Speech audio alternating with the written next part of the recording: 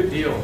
Well, I am excited once again to be able to be here with you guys today.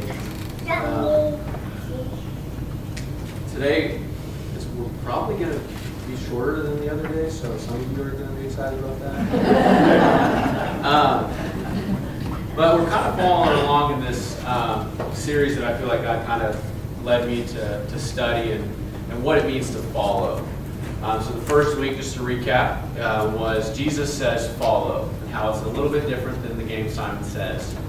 And last week was kind of about fearless followers, kind of how fear gets in the way of us truly following Christ. And today is going to be the next step in following. Today we're all going to have an opportunity to kind of look into our lives and see individually what that next step is. The next step for me in following Jesus is going to be different than the next step for you. The next step for me is going to be different than the next step for my wife, because we're all at different phases. So today I want us to leave with kind of a picture of maybe what's the next step. What can we do to continue or start following Jesus? And so I want to look at a story which you guys are probably all pretty familiar with. We're going to look at, we're going to be in Matthew first. Matthew chapter 4 is where we're going to start off, and then we're going to go to Luke. But those of you who know the Gospels, Matthew, Mark, Luke, and John. So Matthew was written as an eyewitness. So Matthew was there. He watched Jesus, he saw Jesus, and then in verse 9, like we talked about in week 1, he actually had an interaction with Jesus. Jesus asked him to follow him. But Matthew was an eyewitness. Now Mark got his information from Peter. Peter told Mark kind of everything, and Mark wrote it down. And then in Luke was a physician. So Luke was like super smart in that time, and he went around interviewing a bunch of people, and that's how he got his information about his gospel, and that's how he wrote his gospel. And then John, of course, John was an eyewitness as well. So we're going to look at the same story, but in two different gospels. And Matthew, like we said in week 1, I don't know if it was just because Matthew was humble, or if Matthew was writing to Jews. He was Jewish, so maybe he thought it just didn't take a lot of information for them just to believe or understand what he was saying. But Matthew, the same story we're going to look at Luke. Matthew gives once again 6 verses, and then Luke kind of gives us actually the background. So I'm just going to read through Matthew, and then we're going to turn over to Luke and kind of go verse by verse. So it's Matthew chapter 4, verse 18 is where I'm going to be reading. And it says, while walking by the Sea of Galilee, he saw 2 brothers, Simon, who was called Peter, and Andrew, his brother, casting their nets into the sea, for they were fishermen. And he said to them, follow me, and I will make you fishers of men. Immediately they left their nets and followed him. And going from there, he saw 2 other brothers, James, the son of Zebedee, and John, his brother, in the boat with Zebedee, their father, mending their nets, and they called him. Immediately they left the boat and their father and followed him. So we see this picture of Peter and Andrew and then James and John, and they just see a guy in sandals on the beach. This is just how Matthew's story is. He sees a guy in sandals on the beach. He says, hey, follow me. And then they just leave their dad, and they leave what they're doing, and then they just follow this guy. And so I've heard in the past, and it's not anybody's fault. I'm not trying to pick on pastors or other people. It's not anybody's fault. But I've heard this in the past that we're just supposed to drop everything and just follow God. We're just supposed to just leave. No information, no background, don't ask any questions, just leave. If God's not Lord of all, then He's not Lord at all. It's just some of what you hear preached on this passage. But if we really dig into it, we're going to see a little bit of a different story. So if you guys would, turn over to Luke chapter 5, I believe. Yeah, Luke chapter 5. We're going to look at the first 12 verses.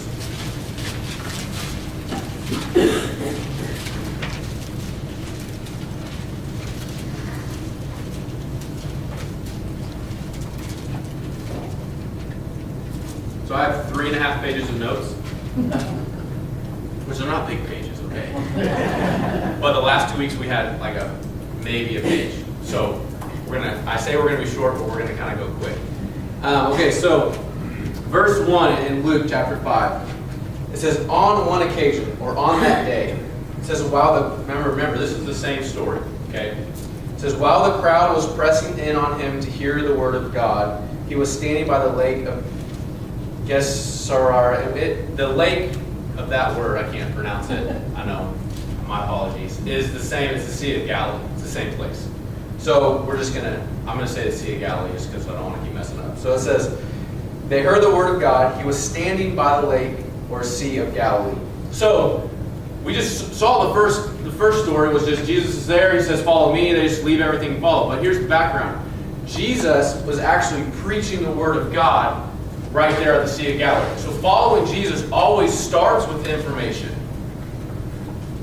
And that's important because if you've heard in the past or maybe in your life right now, it's maybe I'm not supposed to ask those questions. I'm not supposed to really know that. I just kind of have to just follow Jesus because that's just what I'm told to do. No, that's not right.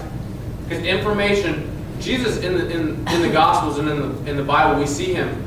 Everybody in the Bible always starts to follow Jesus by information, by him teaching them, helping them understand. So if you're doing something, you don't understand why you're doing it, it's important for us to study, to ask people questions, to really dig into, why do I read my Bible? Why does everybody say give 10% of tithe? Why not 11? What's wrong with the number 11? It's important to know why we do things. So that's the first thing I just want to stop. Because following Jesus is never just some blind faith that we just jump into and do. It's important to know why we do things.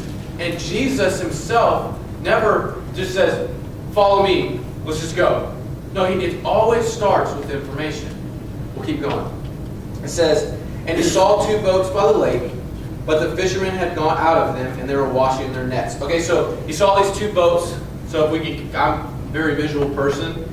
So if we could see, there's a crowd following Jesus. He's by the Sea of Galilee, sees 2 boats, but the fishermen aren't in them. They're cleaning their nets, taking the sunglasses and beer cans and everything that kind of got caught in them at that time off the net. So they're cleaning them. It's another thing that's important. At that time, so it's a sea. So it's not a lake, it's a sea. So at that time, what would happen was it would be really, really hot during the day. So because it was hot, the top of the water would be very, very hot. Where would all the fish go? They would go down low. So fishermen in that time, if they wanted to catch anything or make any money, they had to fish at night.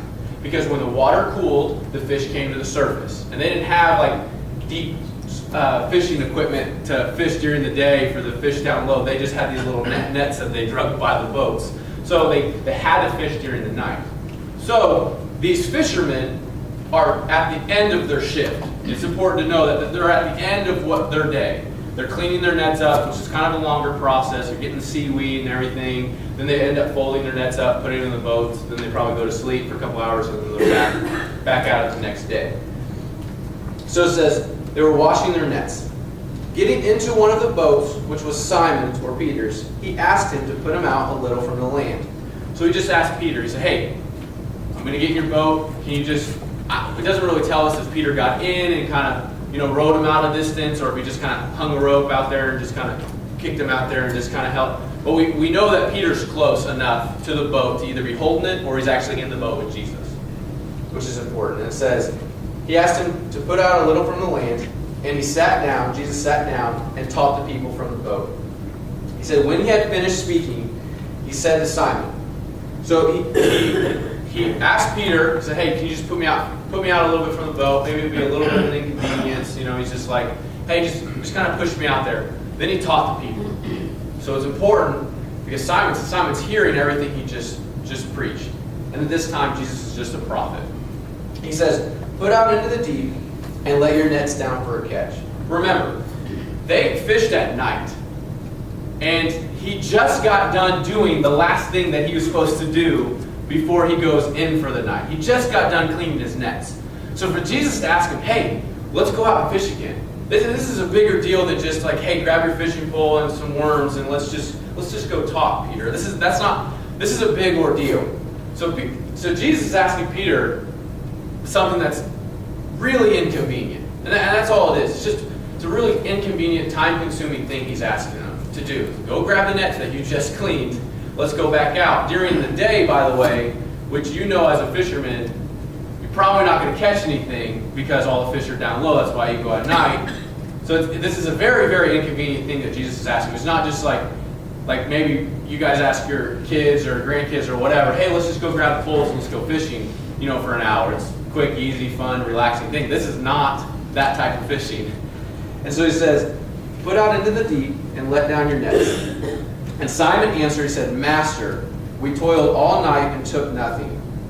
And this is important. He says master like Jedi master. I mean, he's saying master because at this time, Jesus is just a prophet. That's all we know. So out of respect, Peter's like, okay, master, we just fished that night. He might have been thinking, what does a carpenter know about fishing? Do you not get that if I go out there in the boat with you to go fish,